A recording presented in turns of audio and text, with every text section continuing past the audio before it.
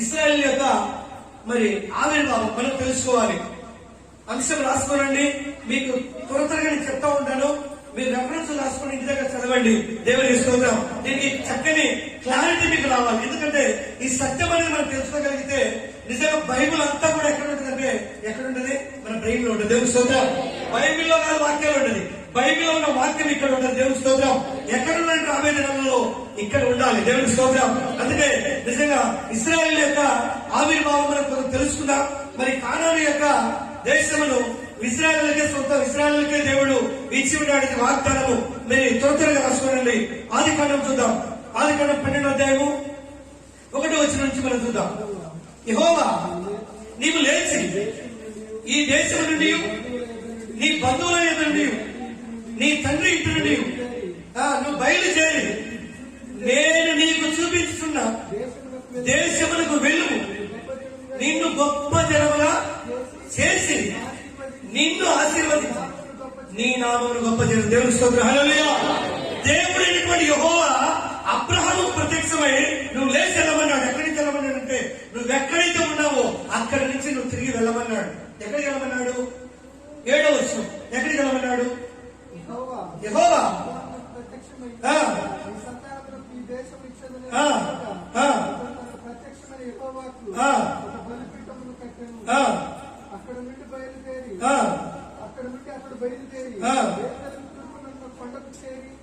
ఏం చదువుతున్నావు? 7వ వచనం.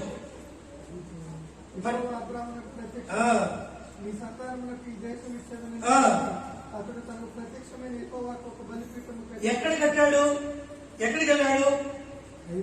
ఏ దేశం అది? 5వ వచనంలో కానాను. దేవుని స్తోత్రం. కానాను దేశం. ఎందుకంటే దేవుని యొక్క ప్రణాళిక, దేవుని పిల్లల పైన ఈ దేశం మీద ఒక పట్టుంది, ఒక ఉద్దేశం ఉంది. ఎందుకంటే ఇక్కడ మనము చూద్దాం, చూడండి. అది 5వ వచనంలో ఏ దేశం అంటది?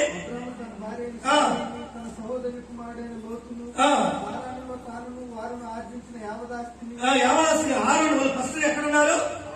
ఆరాను సంపాదించిన సమస్తమైన వారిని తీసుకొని అది ఎక్కడికి వెళ్ళాడు? కానాను దేశంలోకి వెళ్ళాడు. దేవుని స్తోత్రం. హల్లెలూయా. కానాను దేశంలోకి వెళ్ళాడు. ఎందుకంటే ప్రేమల దేవుని పిల్లరా, కానాను యొక్క దేశము దేవునికి ఇష్టకరమైంది. ఆ దేశమును అబ్రహాము సంతానానికి ఇవ్వాలనుకుంటున్నాడు. అప్పటికి సంతానం లేదు. నిజంగా అబ్రహాము మరి ఆరాను నివసిస్తున్నాడు. అక్కడి నుంచి వెళ్ళాడు. మనం అక్కడే ఆదికాండం 26వ అధ్యాయము 4వ వచనం కూడా మనం చూద్దాం. ఇది మొట్టమొదటి వాగ్దానం, అబ్రహాముకు చేసినటువంటి వాగ్దానం. ఏలైనగా నీకును నీ సంతానమునకును ఈ దేశములని జగన్ కూడా ఒకసారి చెప్పండి కొట్టాలి. హల్లెలూయా. ఈ వాగ్దానం ఎవరైతే అబ్రహాము కుమారుడైనటువంటి ఇస్సాకు, అబ్రహాము కుమారుడైనటువంటి ఇస్సాకు కూడా ఏ దేశంలో ఇస్తానన్నాడు? ఏ దేశములు? కానాను దేశంలో. దేవుని స్తోత్రం. కానాను దేశమే. ఈ దేశములన్నీ కూడా ఈ వాగ్దానం ఎవరు చేశారంటే రెండోసారి తండ్రి వారసత్వము ఎవరికి ఇస్తారంటున్నాడు? చెప్పాలి. కుమారునికి. దేవుని స్తోత్రం. తండ్రి వారసత్వము కుమారునికి ఇస్తారని చెప్పేసి ఇస్సాకు కూడా ఇదే వాగ్దానం చేస్తాడు. మీరు రాసుకోనండి. అలాగే 35వ అధ్యాయం ఆదికాండం 35వ అధ్యాయము 12వ వచనం చూద్దాం. నేను అబ్రహామునకు ఇస్సాకును ఇచ్చిన దేశం నీకు ఇచ్చేదను. దేవుని స్తోత్రం. హల్లెలూయా. ఈ మాట తన మనబడినటువంటి యాకోబు కూడా అదే దేశం ఇస్తున్నాడు. దేవుని స్తోత్రం. హల్లెలూయా. ఎవరితో చెప్తున్నాడు? దేవుడైనటువంటి ఎవరితో చెప్తున్నాడు? యాకోబుతో చెప్తున్నాడు. మొదటి ఎవరికి చెప్పాడు? చెప్పాలి. రెండోసారి చెప్పాడు ఇస్సాకు. తర్వాత ఇది వారసత్వంతో వచ్చినటువంటి ఈ కానానునే భూమి దేశమును మళ్ళీ ఎవరికి ఇస్తున్నట్టున్నాడు? ఎవరికి? యాకోబుకు. దేవుని స్తోత్రం. యాకోబు యొక్క సంతతికి. దేవుని స్తోత్రం. యాకోబు యొక్క సంతతి. ఎందుకంటే ప్రేమైన దేవుని పిల్లరా, జాగ్రత్తగా మనం వాక్యం వినాలి. జాగ్రత్తగా మనము ఈ వాక్యాన్ని చదవాలి.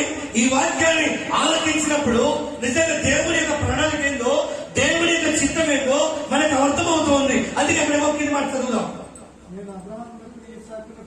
అది అబ్రహామునకు ఇస్సాకునకు ఇచ్చిన దేశం నీకు ఇచ్చేదని, నీ తర్వాత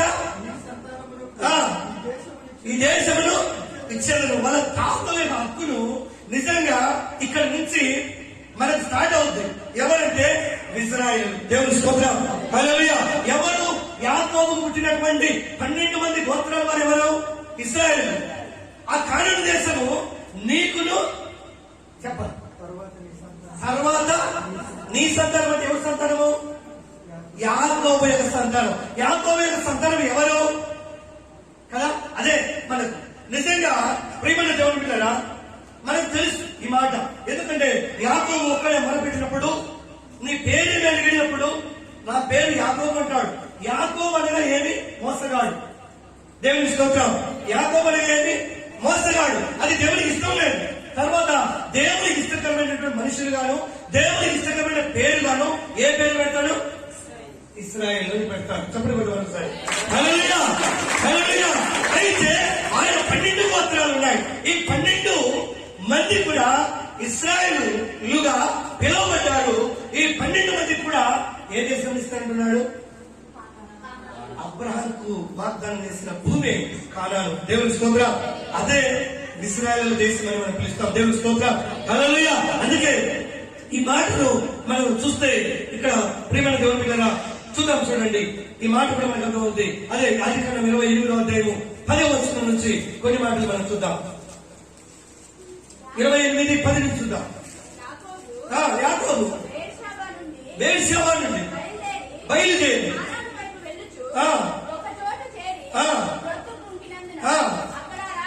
అక్కడ రాత్రి ఆ చోటి ఒకటి తీసుకొని తనకు తలగడిగా చేసుకుని అక్కడ పండుకోలేదు. అప్పుడు అతడు ఒక కలగలను. అందులో చాలా ఈ స్టోరీ అంతా మనకు తెలుసు. దేవుని స్తోత్రం. ఎక్కడైనా ఆగిపోయాడు? ఎక్కడ? ఏ ప్రాంతం అది? ఏ ప్రాంతం అమ్మా? ఏ ప్రాంతం? హారాన్లో బెర్షెబా.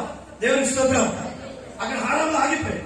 అక్కడ ఒక రాత్రి అక్కడ తలగడిగా పెట్టుకున్నాడు.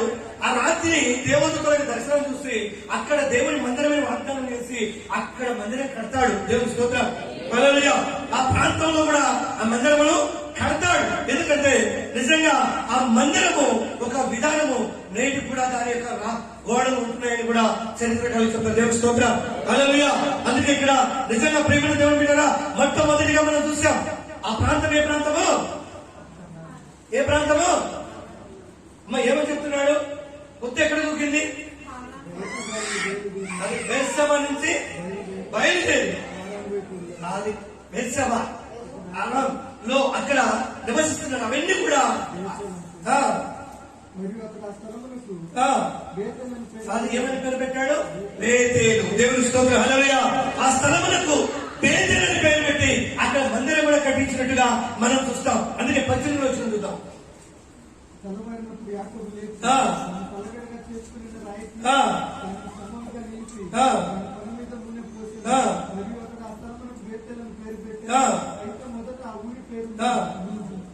దేవుని స్తోత్రం.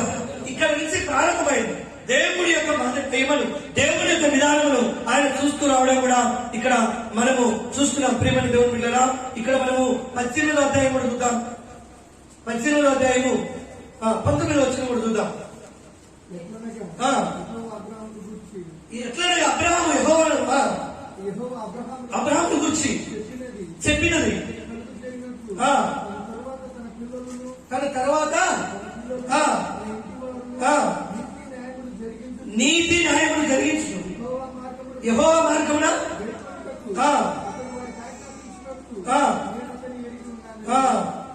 ఈ మాటలన్నింటిలో కూడా మనం చూస్తే దేవుడు చేసినటువంటి వాగ్దానాలను బట్టి మనం చూసుకుంటూ రావాలి. ఇక్కడ నుంచి ఇశ్రాయేలు ప్రజలుగా ఉంటున్నారు. అందుకే ఇక్కడ మనము ఇంకొక మాట కూడా మనం చూద్దాం. చూడండి, 48వ అధ్యాయం చూద్దాం. ఆదికాండం 48వ అధ్యాయము మనం చూద్దాం. 48 4వ వచనం. ఇదిగో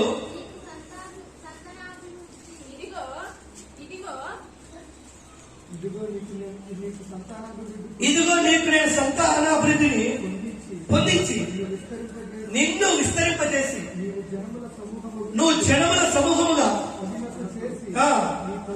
నీ తరువాత నీ సంతానములకు ఈ దేశము నిత్య స్వాస్థ్యం పల్లవించను. దేవుని స్తోత్రం. హల్లెలూయా. నిత్య స్వాస్థ్యముగా ఏ దేశమును? కనాను దేశము. నిజంగా కనాను దేశము. ఎందుకంటే ప్రియమైన దేవుని పిల్లరా, ఈ దేశమును నిత్య స్వాస్థ్యముగా దేవుడు ఇస్తానని చెప్పేసి ఏం చేశాడు? వాగ్దానం చేస్తాడు. కొన్ని వినేటప్పుడు మనం అర్థం చేసుకోవాలి. దేవుని యొక్క మైండ్ తో, దేవుని యొక్క మనసుతో మనము విధానమును మనం అర్థం చేసుకోవాలి. నిజంగా ప్రియమైన దేవుని పిల్లరా, మన యొక్క జీవితంలో మనం చూస్తే ఇక్కడి నుంచే రాజులు కూడా రావడం జరిగింది. ఎందుకంటే మనం చూస్తాం, మొదటి రాజు ఎవరు? మొదటి రాజు బెన్యామీను గోత్రస్థుడు. బెన్యామీను అంటే ఎవరు? సౌలు. రెండో రాజు ఎవరు? దావీదు. దావీదు ఎవరు?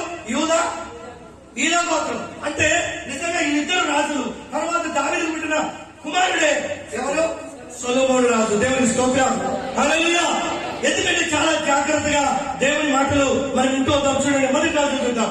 మొదటి రాజులు నేను అవుట్లైన్ చెప్తూ పోతున్నాను, మీరు రాసుకోండి. మొదటి రాజులు 11:43. 11:43 చూద్దాం. అంతటా సొలొమోను తన తండ్రి యందు దావీదు పురమందు సమాధి చేయబడింది. తర్వాత అతని కుమారుడైన రెహబాము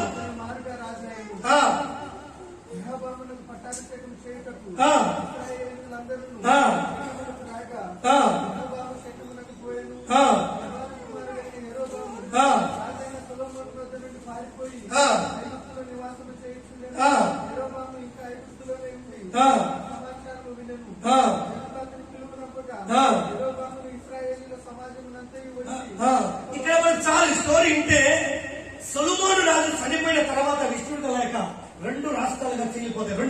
రెండు ప్రాంతాలుగా రాజులుగా చీల్చబడతాయి. దేవుని స్తోత్రం. హల్లెలూయా. ఇద్దరు రాజులు ఎక్కడంటే సొలొమోను యొక్క మరణము తర్వాత అంతవరకు కూడా మనం చూసాం. వీళ్ళు చక్కగా సౌలు మనం చూసాం, దావీదు మనం చూసాం, సొలొమోను రాజు మనం చూసాం. సొలొమోను చనిపోయిన తర్వాతనే ఇక్కడ రెండు రాజ్యాలుగా ఇక్కడ ఏర్పడతాయి. దేవుని స్తోత్రం. ఇక్కడ చీల్చబడతాయి. అందుకే ఇక్కడ రెండో మనం అదే మొదటి రాజు 12:16 మనం చూద్దాం. కాబట్టి ఇశ్రాయేలు వారందరూ వినలేదని తెలుసుకొని రాజుకి ఎలాగో ప్రత్యుత్తరం ఇచ్చాడు.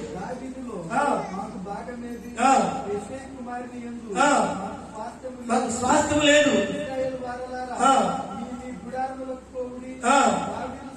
ఇక్కడ నుంచి రెండు గోత్రాలుగా చీల్చబడ్డాయి, రెండు రాజ్యాలుగా. అంటే నిజంగా ఇశ్రాయేలు ఒక రాజు ఉన్నాడు, మరొకరు ఎవరు? యూదా. దేవుని స్తోత్రం. హల్లెలూయా. యూదా అంటే యూదా కూడా ఒక రాజుగాను ఒక రాజ్యముగాను వాళ్ళు నియమించుకోవడం జరిగింది. నిజంగా అక్కడి నుంచి మనం చూస్తూ ఉంటాం. ఇక్కడ అదే రెండవ రాజు 17వ అధ్యాయం కూడా మనం చూద్దాం. రెండవ రాజులు ఎంత కూడా ఇశ్రాయేలు గురించి, వాళ్ళ జీవిత విధానం గురించి 17వ అధ్యాయము మొదటి చూద్దాం.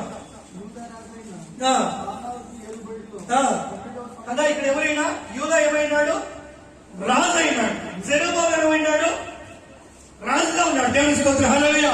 ఇక్కడ రెండు రాజ్యాలుగా చేర్చబడ్డాయి. ఎందుకంటే సొలొమోను తర్వాత నిజంగా అక్కడ రెండు రాజ్యాలుగా చీల్చబడి, ఎందుకంటే దేవునికి వ్యతిరేకంగా వీళ్ళు జీవించారు.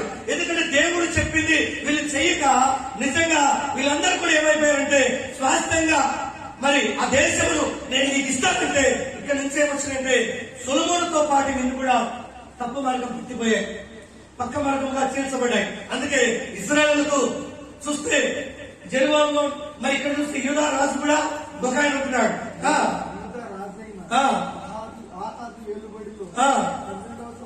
12వ సంవత్సరం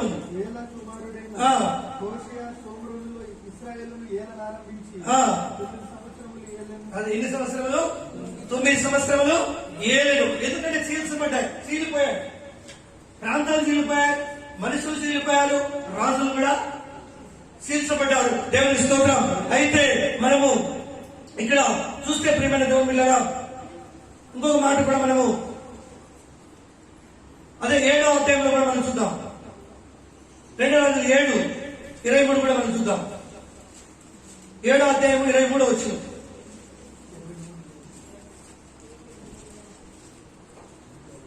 సరే మనం ఏజ్కేల్ గ్రంథం చూద్దాం. ఏజ్కేల్ గ్రంథంలో మనం చూద్దాం ప్రియమైన దేవుని పిల్లరా. ఏజ్కేల్ గ్రంథము ఇక్కడ ఎహెజ్కేలు గ్రంథం 37వ అధ్యాయం 15వ వచనం చూద్దాం.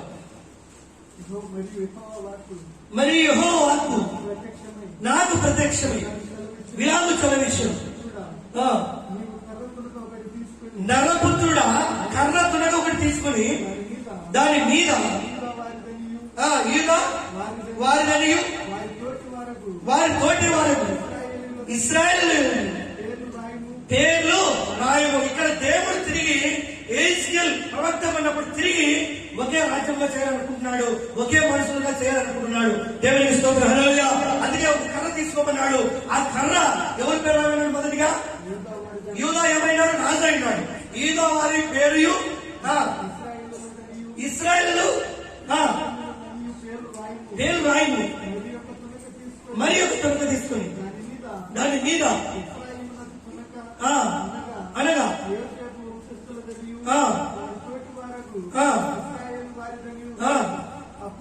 అప్పుడు అది ఏకమైన తునక అగినట్లు ఒక్కదానితో ఒకటి జోడించు. అది నీ చేతిలో ఒక్కటే తునక అగును. చూడండి, ఒక్కటే తునక అగును అంటే దేవుడి చిత్తం ఏంటంటే ఒకే రాజు ఉండాలి, ఒకే రాజ్యం. దేవుడు చేసిన తీర్మానం ఏ ప్రాంతం అయితే కానాను అని అబ్రహాంతో చేశాడో అది ఇశ్రాయేలులకు దేశంగా ఉండాలి, ఇశ్రాయేలులకు రాజుగా నియమించబడాలని దేవుని ఉద్దేశం అయితే వీళ్ళలో ఏమొచ్చేసాయంటే చీలికలు వచ్చాయి, చీలిపోయాయి. తిరిగి ఎహెజ్కేలుతో మళ్ళీ తిరిగి కట్టడానికి మరి దేవుడు ఈ విధంగా ఒక కర్రకు పోల్చిగా ఇక్కడ చెప్తున్నాడు. అదే 36వ అధ్యాయం మనం చూద్దాం. ఎహెజ్కేలు 36వ అధ్యాయం 24వ వచనం కూడా మనం చూద్దాం. నేను అన్ని జనాలలో నుండి మిమ్మల్ని తోడుకొని ఆయా దేశంలో నుండి సమకూర్చి నీ స్వదేశంలోకి మిమ్మల్ని రప్పించదు. దేవుని స్తోత్రం, హల్లెలూయా. అక్కడ నిజంగా అబ్రహాంకు ఈ భూమిని వాగ్దానం చేస్తే అక్కడ అనేకులు కూడా చేరుకొని ఇప్పటికీ ఆ భూమిని ఏం చేస్తున్నారంటే, ఆ కాలాలను ఏం చేస్తున్నారంటే అందరూ స్వాధీనపరుచుకున్నారు. దేవుని స్తోత్రం, అందరూ స్వాధీనపరుచుకున్నారు. అందరూ కూడా అన్ని జనులతో సహితము అక్కడ ఉన్నారు. కానీ ఇక్కడ ఎహెజ్కేలుకు దేవుడు ఏమని మాట్లాడుతున్నాడు? ఏమని చెప్తున్నాడు? ఆయా దేశం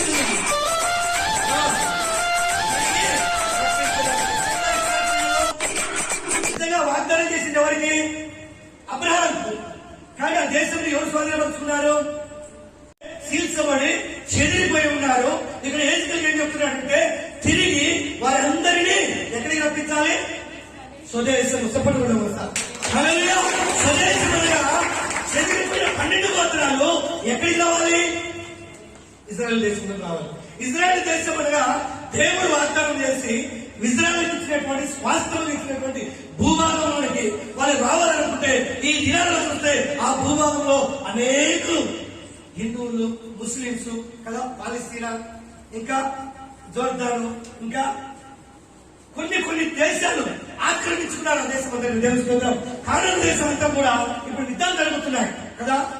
ఎహెజ్కేలు కాలంలో తిరిగి వాళ్ళందరినీ కూడా ఒక తాటి మీదకి ఎక్కడికి నడిపించాలంట? ఎక్కడికి? ఏ దేశానికి? కానాను నడిపించాలి. కానాను ఇప్పుడు ఎవరు స్వాధీనపరుచుకున్నారు?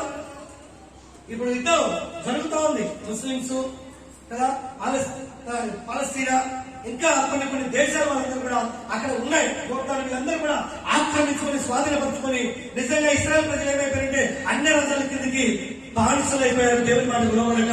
మరొకసారి చెప్పకూడదు, హల్లెలూయా. వాళ్ళు లోబడక, వాళ్ళు వినక చెదిరిపోయారు. వీళ్ళందరూ కూడా అన్ని రాజులు దాన్ని స్వాధీనపరుచుకుని, ఎందుకంటే ఇవ్వలించి చెప్పడానికి టైం లేదు.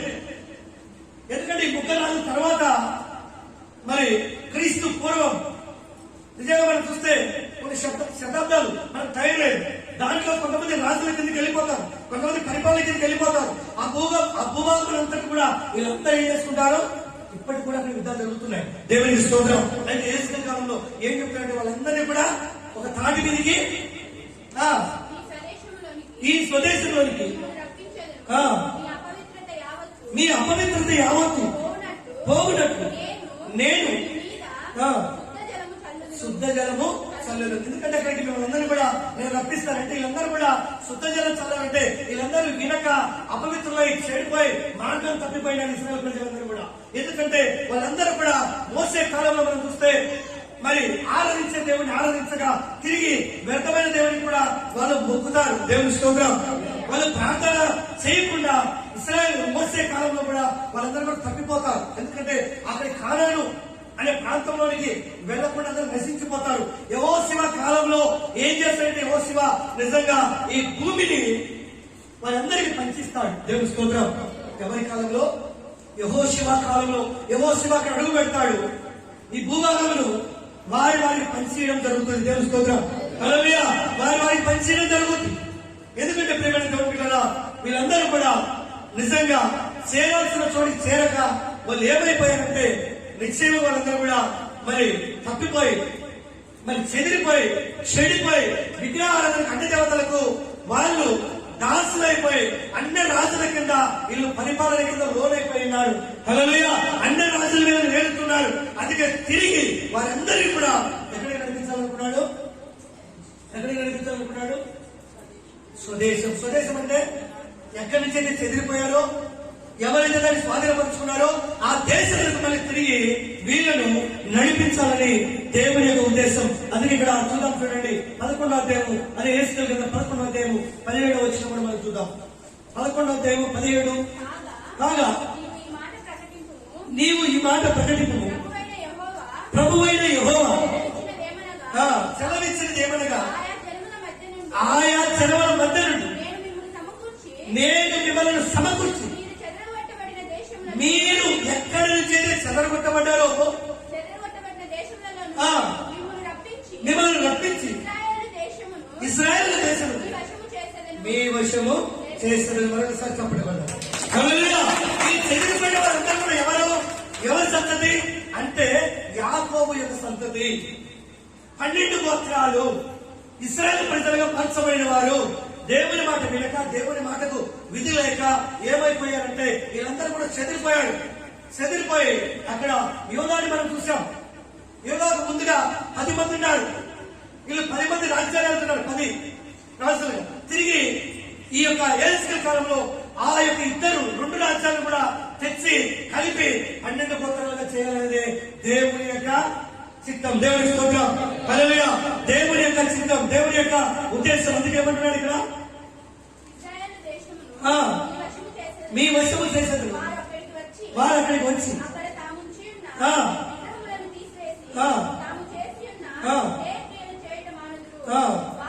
ఏ క్రియలు చేస్తున్నారంటే వాళ్ళందరూ కూడా వేయి క్రియలు అంటే దేవుడు పాలు తేనెలు ప్రవహించే దేశంలోకి ఇలా ప్రవేశపెడితే మూసకాలం ఏం చేశారు? అన్ని దేవతలను మొక్కింది ఎవరు? ఇశ్రాయేలా కాదా? ఇశ్రాయేల్ ప్రజలే. దేవుని మాటను వినక కోల్పోయింది ఎవరు? ఇశ్రాయేల్ ప్రజలే. దేవుని స్తోత్రం. హల్లెలూయా. వీళ్ళందరూ కూడా ఎవరి సంతతి? యాకోబు యొక్క సంతతి. దేవుని స్తోత్రం. ఇది నిజంగా దేవుడు చేస్తూ వచ్చిన వాగ్దానము. మనం చూస్తే ఇక్కడ మరి ఇదంతా కూడా 19వ వచనం కూడా చూద్దాం. వారు నా కట్టడలను నా విధులను అనుసరించి గైకొన్నట్టు నేను వారి ఏ గుండెను తీసేసి రాతి గుండెను తీసేసి వారికి మాంసము గుండెను ఇచ్చేది. దేవుని స్తోత్రం. కదా వాళ్ళ మనస్సు ఎలా మారిపోయింది? కఠినస్తులుగా మారిపోయారు, రాతి గుండిగా మారిపోయారు. నిజంగా వాళ్ళు దేవునికి మరి వ్యతిరేకపడి తిరగబడే ప్రజలుగా మారిపోయినాడు. మనకు సమయం లేదు. అందుకే ఇప్పుడు మరి పాయింట్ మనం వద్దాం. చూడండి, ఇక్కడ యెషయా గ్రంథంలోకి మనం వద్దాం. ఇక్కడ నుంచి మనం ఇశ్రాయేలు ప్రజల గురించి, మన రాజుల గురించి మనం చూస్తూ వస్తున్నాం. యెషయా 11వ అధ్యాయము 11వ వచనం చూద్దాం. 11వ అధ్యాయం 11వ వచనం. ఆ దినమున శేషించు తన ప్రజల అమ్మ గట్టిగా చదవాలి. ఆ దినమున శేషించు తన ప్రజల శేషమును అశూరులో నుండి, ఐగుప్తులో నుండి, కూషులో నుండి, ఎలాములో నుండి,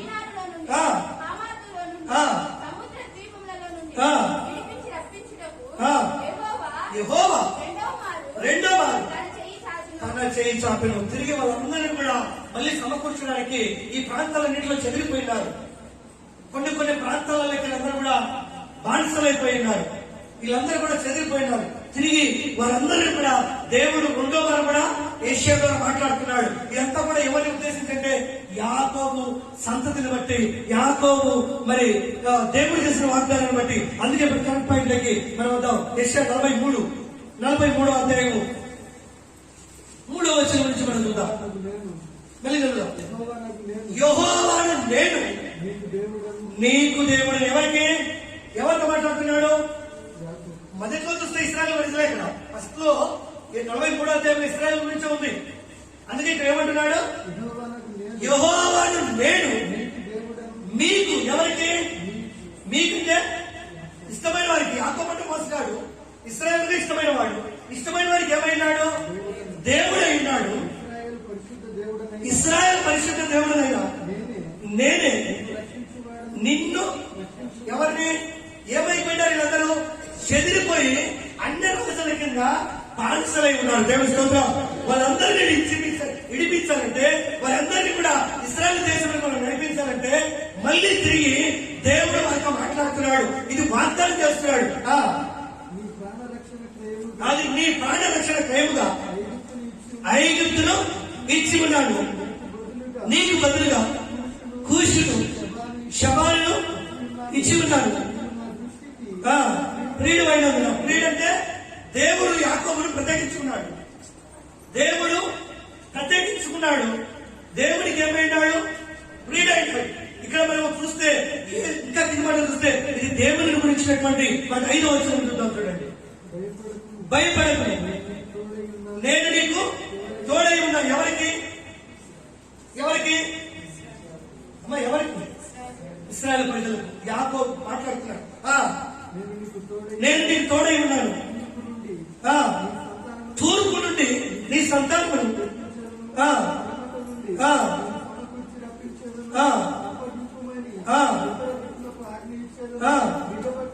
దిగబట్టవద్దని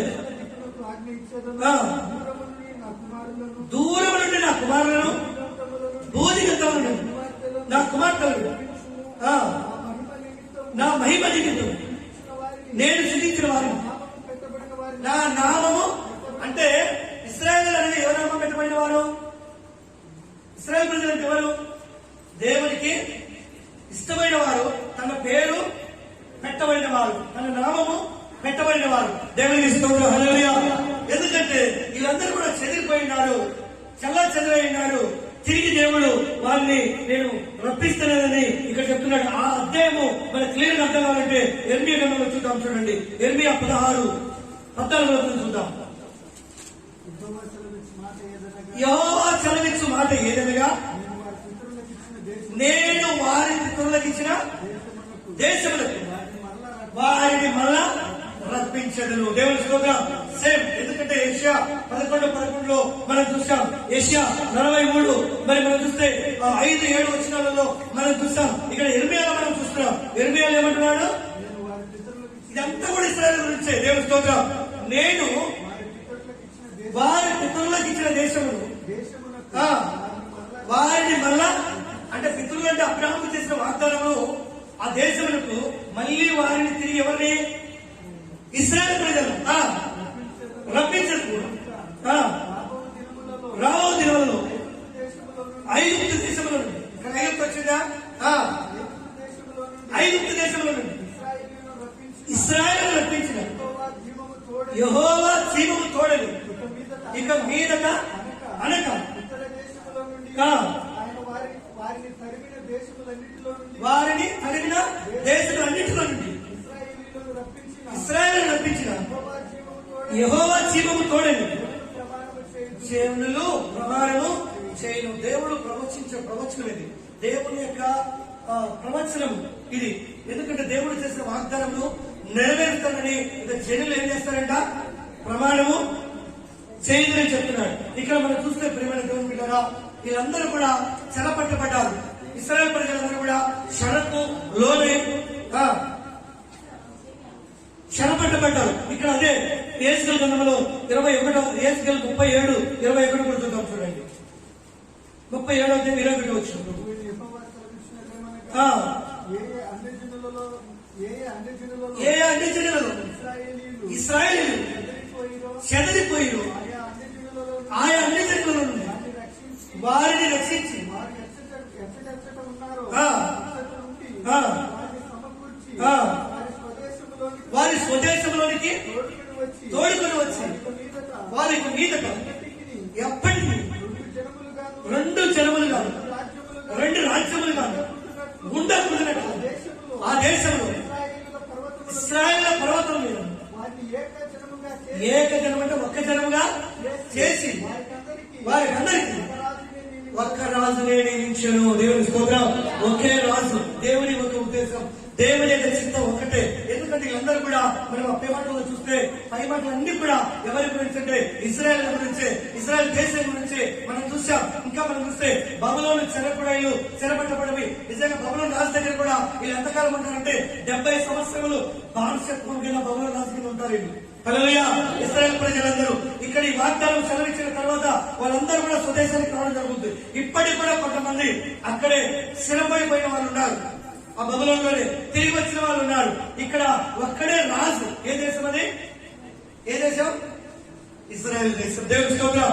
దేవుడు ఇప్పటికే మనందరూ కూడా ఆ భూభాగం నుండి చాలా మంది ఆక్రమించుకొని ఇశ్రాయేల్ దేవుడి దేశం వాగ్దానాలు వాళ్ళందరూ స్థిరపడ్డారు. దానికోసమే ఇప్పుడు యుద్ధాలు జరుగుతున్నాయి. దేవుని స్తోత్రం. అయితే ఇప్పుడు ఈ కొద్ది మందిగా అంటే ఒక 90,000 మందిగా 1,00,000 మంది లోపలే ఇశ్రాయేల్ ప్రజలు అక్కడ నివసిస్తున్నారు. దేవుని స్తోత్రం. దేవుడు చెప్పిన రీతిగా ఇప్పుడు ఇశ్రాయేల్ కి అన్ని ఉన్నాయి. ఇశ్రాయేల్ ప్రధాని ఉన్నాడు. దేవుని స్తోత్రం. హల్లెలూయా. అన్ని రాజుల కింద ఉన్నారు ఇశ్రాయేల్ ప్రజలు. అయితే ఇప్పుడు ఇశ్రాయేల్ కి ఆ యొక్క ఉన్న కొంతమందికి ప్రధాని ఉన్నాడు. అక్కడ వారికి అసెంబ్లీ ఉంది. దేవుని స్తోత్రం. హల్లెలూయా. అన్ని ఉన్నాయి. అందుకే ఈ దినాలలో మనం చూస్తే మనము ప్రియమైన దేవుని పిల్లల ఉగ్రవాద పాలస్తీనా యుద్ధం స్టార్ట్ చేసింది. అందుకే ఆయన అంటాడు, ఎవరు? ఇజ్రాయెల్ ప్రధాని అంటాడు, మీరు స్టార్ట్ చేశారో దాన్ని నేను ముగిస్తానంటాడు. దేవుని స్తోత్రం.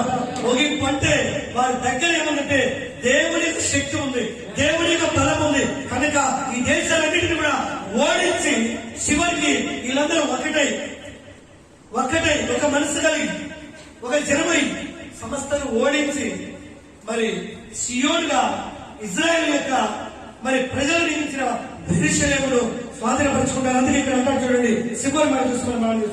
102 కీర్తన 16 చూద్దాం. 102:16 వచ్చిన 102:16 ఏలైనగా అది ఏం కట్టి ఉన్నాడు? యెహోవా ఏం కట్టి ఉన్నాడు? సియోన్ అనగా ఆరాధించబడినటువంటి పట్టణము. సియోన్ ఏది మనకు? యెరూషలేము. దేవుని స్తోత్రం. యెరూషలేము ఎందుకేమంటున్నాడు? ఏది కనుక యెహోవా సియోనును కట్టి ఉన్నాడు, ఆయన తన మహిమతో ప్రత్యక్షమాయను కదా. తిరిగి ఇజ్రాయెల్ ప్రజల ద్వారా దేవుడు అక్కడ సియోనులో మహిమపరచబడాలి. దేవుని చేసిన వాగ్దానము, దేవుని యొక్క మందిరము అక్కడ కట్టబడి ఉన్నది కనుక అక్కడ మాత్రమే తిరిగి ప్రజలందరూ కూడా ఎక్కడికి వస్తారంట? ఇజ్రాయెల్ దేశములకు. ఇప్పటికే చాలా మంది ప్రయాణాలు కొనసాగుతున్నారు. దేవుని స్తోత్రం. హల్లెలూయా. చూస్తాం ఇంకా చాలా మంది కూడా. ఎందుకంటే ప్రియమైన దేవుని పిల్లరా, మరి అన్ని విషయాలలో కూడా మనం చూస్తున్నాం. తిరిగి వాళ్ళ స్వదేశాలకు ఇప్పట్లో కూడా జనాలు చేరుతూనే ఉన్నారు. దేవుని స్తోత్రం. ఎవరు కాదు, ఎవరు హక్కుదారులు, దానిని బట్టే ఇప్పుడు అన్ని విద్యాలు కూడా అక్కడ ఏమవుతున్నాయి? జరుగుతున్నాయి. మన కళ్ళతో ఇప్పుడు మనము చూస్తున్నాం. ఎందుకంటే మరి నిజంగా మనము ఆ విధంగా తెలుసుకోవాలంటే అందుకే యెషయా మనం చూసిన రీతిగా 43వ అధ్యాయంలో అదేంటంటే ప్రవచనము. ఆ ప్రవచనము ఎవరు నెరవేర్చబడిందంటే యాకోబు సంతతిలో, ఇజ్రాయెల్ ప్రజల్లో. దేవుని స్తోత్రం. ఇజ్రాయెల్ కాబోయే రాజు విషయంలో అది వాగ్దానం చేశాడు. తిరిగి చెదిరిపోయిన వారందరూ కూడా ఎక్కడెక్కడ చెదిరిపోయారు? శాబా, ఇంకా మనం చూసాం కదా కుషు, ఇవన్నీ చెదిరిపోయినటువంటి కూడా తిరిగి ఒక తాటి మీదకి రావాలని దేవుడు ఇది చేసినటువంటి ఒక ప్రవచనం గంధం. దేవుని స్తోత్రం. ఎంత కూడా నెరవేర్చబడుతున్నట్టు కూడా మనం చూస్తున్నాం. కనుక ప్రియమైన దేవుని బిడ్డలారా, మనం కూడా మరి సత్యం తెలుసుకుని ముందుకెళ్దాం. దేవుడి మాటలు మన ఇంటిలో దేవుడు దీవించును గాక.